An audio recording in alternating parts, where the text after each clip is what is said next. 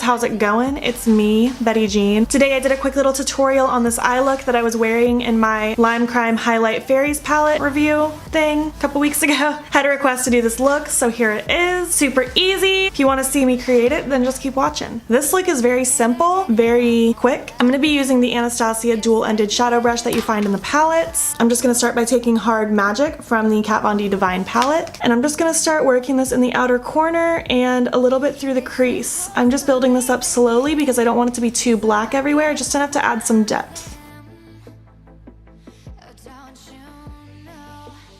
Honestly, something just kind of like that where it just looks a little shadowy around the outer corner. Next, I'm going to take the Sugarpill Loose Shadow in the shade Ghosted, and I'm just going to use the flatter shadow side of that same Anastasia brush. And I just dip my brush in a little bit and place it all across my lid. I love this shadow so much. I think it is so pretty.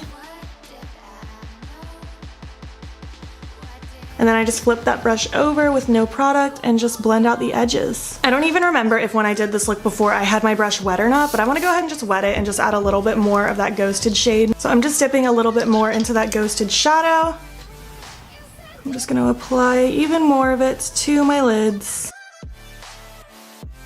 And then again, just flipping the brush over, blending out the edges. The lid is honestly just these two shadows, so just build them up until it looks the way you want it to. Super, super simple. So face makeup is done, obviously. It'll all be listed down below. I have my Bambi lashes from House of Lashes on. These are the exact same lashes I was wearing when I did this look already. And now we're gonna do the lower lash line. First, I took the Makeup Forever Aqua XL eye pencil in I-24, and I just kind of smudged this in my waterline and right under my lower lash line. But the thing is, I decided that I guess I decided this maybe a week ago, that I want to be more conscious of buying cruelty-free brands. Makeup Forever is not a cruelty-free brand. I'm only using this pencil in today's video because it was requested and this is the only blue eye pencil I have. So with that being said, leave me suggestions of your favorite cruelty-free eye pencils. I love the Marc Jacobs ones, so I know I'm going to be buying more of those because those are cruelty-free. I definitely want some drugstore ones, so help me out. I'm not necessarily going to throw any of the things that aren't cruelty-free away, but I'm not going to be buying any more, and I don't necessarily want to recommend things that aren't. All of my brushes are dirty, so excuse which brushes I use, but I'm going to use one of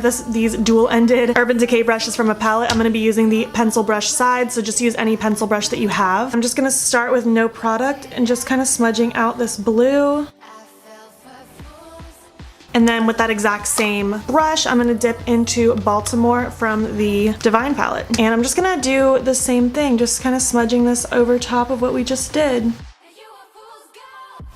then I'm just gonna flip it over to that fluffy side and just blend those edges out just a little bit more. Last is just highlighting the inner corners. And I'm just gonna take Magic, that Limecrime Faeries Hi-Lite that I used in that video, because I really liked the way that color looked in my inner corners, and just pop it on in.